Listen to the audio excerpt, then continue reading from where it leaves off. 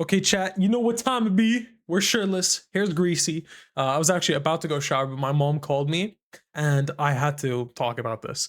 Uh, we talked about AI again. She's thinking of writing an article. Yeah, but yada, yada, yada. We already talked about this before. Uh, unplug my, okay. Um, I kind of had some time, or it's been a while, so my thoughts have like kind of stewed a little bit more, and I've become a little more certain of certain things. And I kind of want to talk about them. Let's make this quick. AI.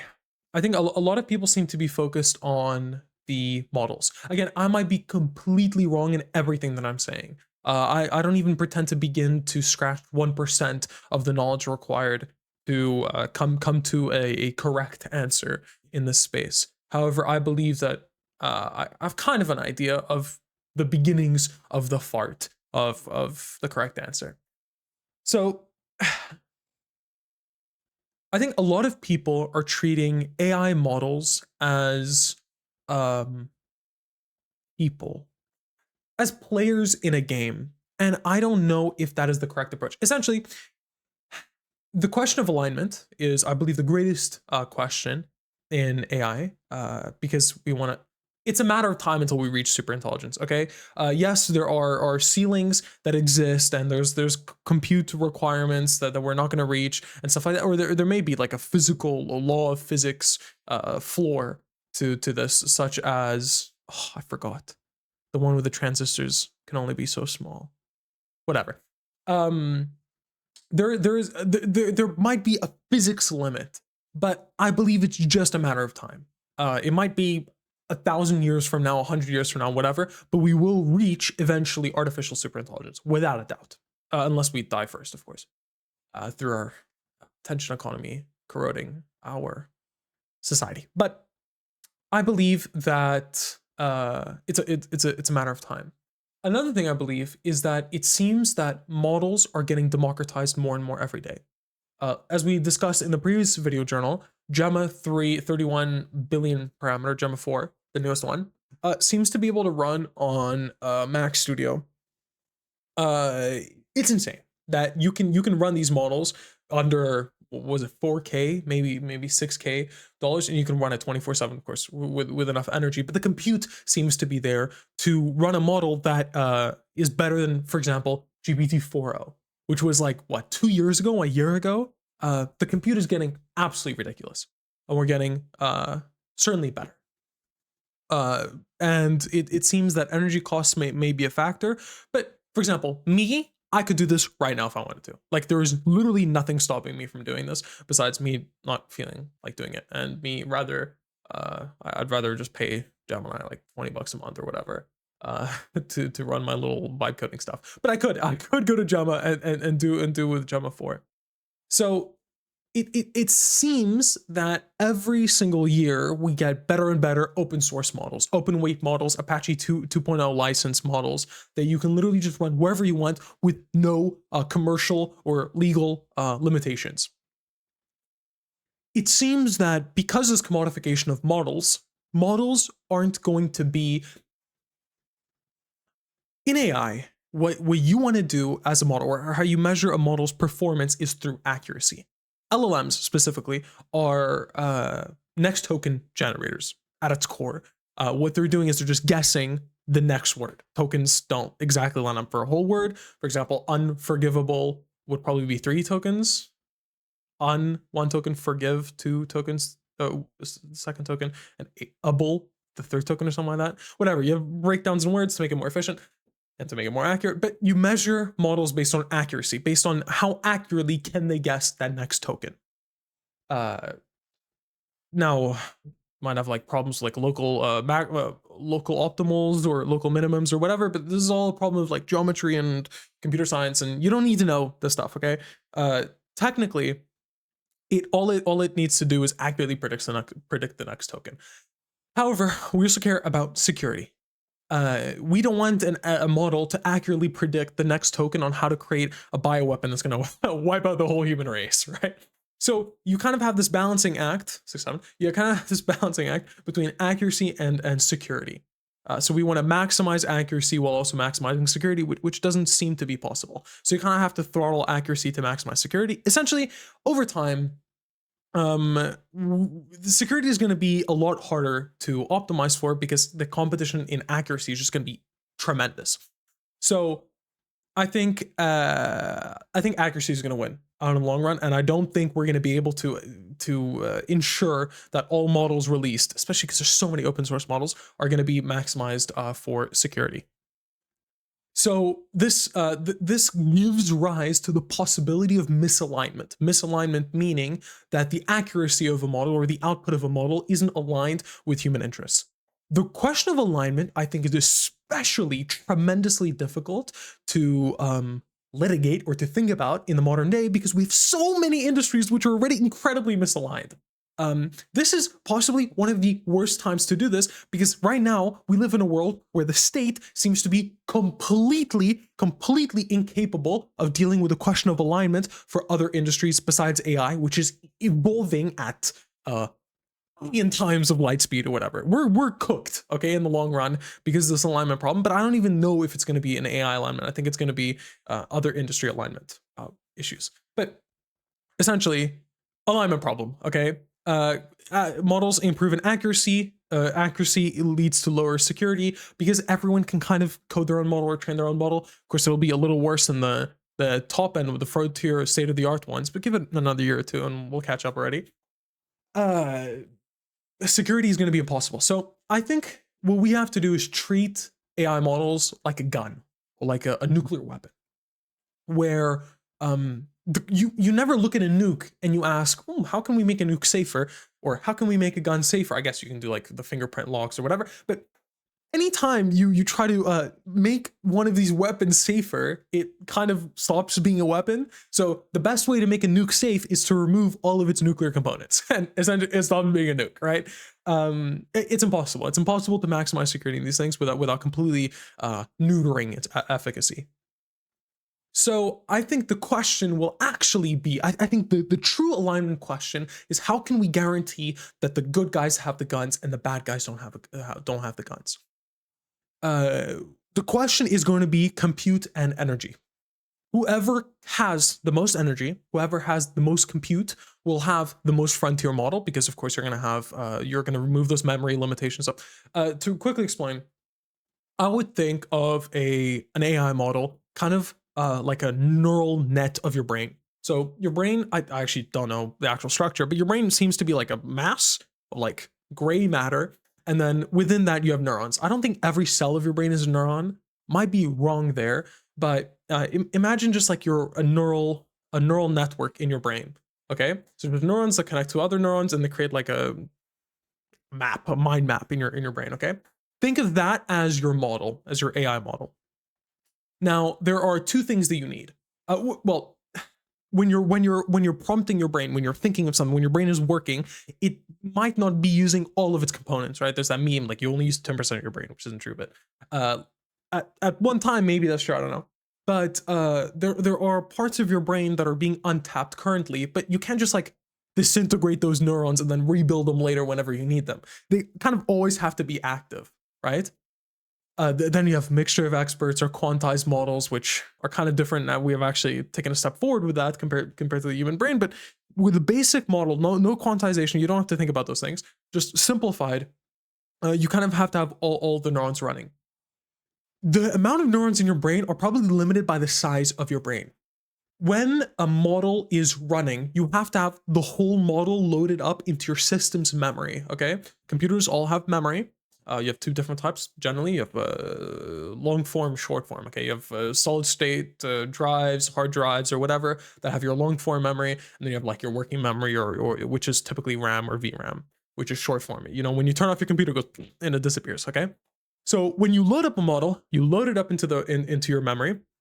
Usually VRAM or RAM. I don't know enough to say whether you can go into like normal. I think it's everything I've seen is it always says VRAM. Okay, so I'm pretty sure it's only VRAM, or maybe just because GPUs are specifically the compute's better than CPUs because of the differences in how they do math or whatever. So maybe they're just better for running AI. But you have your GPUs, which have your VRAM. Okay, basically you're just the size of your brain, and the size of the model that you can run is limited by the amount of VRAM that you have, by the size of your brain. We have different types of so there's things like quantized models, or I think mixture of experts. Still, you have to still load the entire model, but quantized models are, for example, you only have to load half of the neurons at any given point, which kind of makes it leaner, but of course lowers the accuracy because your brain is smaller. The model is smaller. Typically, the bigger the model, the better it is. That's not true. There's some models that mog others that are bigger, or whatever. But generally, it seems that, as models are getting better, just models are getting bigger, and more parameters, more parameters, more parameters. So we're inherently limited by compute, right? Of course, there are models like Gemma 4 that you can run on. It's actually really interesting because the reason why a lot of Apple computers are used for this is because the Apple silicon chips have a unified memory. So whereas like my PC right now, laptop, has VRAM and has just regular, it's not regular RAM, not CPU RAM. What would you call it? Just RAM? You have RAM and VRAM. Whereas Apple, the silicon chips merge these two, and you basically have a unified memory where you can access the whole thing at the same time, which gives you more VRAM essentially. Which is super based. I might be going into Apple, and that's, Apple's kind of an underdog here because Apple's kind of late to the AI game, but they seem to be growing because of the whole compute question related to AI. Whatever. So we need more compute, okay? Or compute is the name of the game. The more compute you have, that's why everyone's building data centers. But over like 50% of data centers plans have been canceled this year or whatever. There's some crazy stuff going there. Bubble. Ooh, the bubble's looking flimsy, but besides all that, compute is the name of the game. That's why everyone's building data centers, because data centers equals more compute, which means you can run more models. You can keep subsidizing people's like token usage or whatever. Just keep growing the bubble. But compute is the name of the game, and you need energy for compute, right? Without energy, without you eating, your brain doesn't work. Your brain consumes 20% of your TDE, or total daily energy expenditure. Crazy, by the way, insane. Around 20%, I think it differs. Or some people, it seems like it's only using 5% of their TDE, but your brain consumes a lot of energy, and of course, not compared to an AI model. Our brain still completely bogs AI models based on energy efficiency, but it is because, of course, biology is so freaking cool. Like, what, millions of years of training, whereas computers have gotten a couple of years of training. Some architectural differences there, which I think are worth noting, but essentially, compute is the name of the game. And I think that's going to be the limiting factor. So eventually, we're going to have models, and I think the gap between open source and closed source, if the bubble doesn't pop, and if we keep getting hella money, hella funding and stuff like that, and more data centers, the gap between what a closed source industry state-of-the-art frontier model can run versus the best open source, I think that gap is going to be substantial enough to dictate that, or maybe the whole agent system, right? Maybe the models won't get any better, but which probably isn't true. But we'll have you'll be able to have like 50,000 instances of these models all running at the same time in the agentic swarm that basically gives you more intelligence, kind of. So the computer is going to be the name of the game. It's basically how many nukes do you have. It's not what nukes do you have. It's how many nukes do you have. And I think that's where states or even private companies are always going to be able to beat out individual local running open source consumers, because those consumers are going to be completely cucked by the amount of compute that these big industry players have.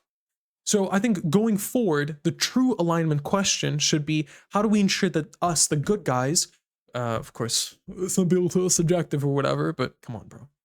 I think it's pretty straightforward who the good guys are, okay? That's not true. I don't know why I said that. I think it's because I've been brain poisoned by the Iran nuclear conversation. But essentially, we want to ensure that we have the compute and we have the energy because we want the most, or we want to be able to run the state-of-the-art models, or just have the best models to ensure that this isn't a problem going forward.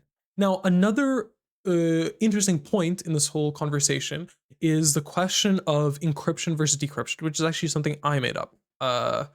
So I might be completely wrong here, but it seems over the years that encryption, so defense, has become cheaper than offense. It seems that as the cost grows, decryption is cheaper than encryption.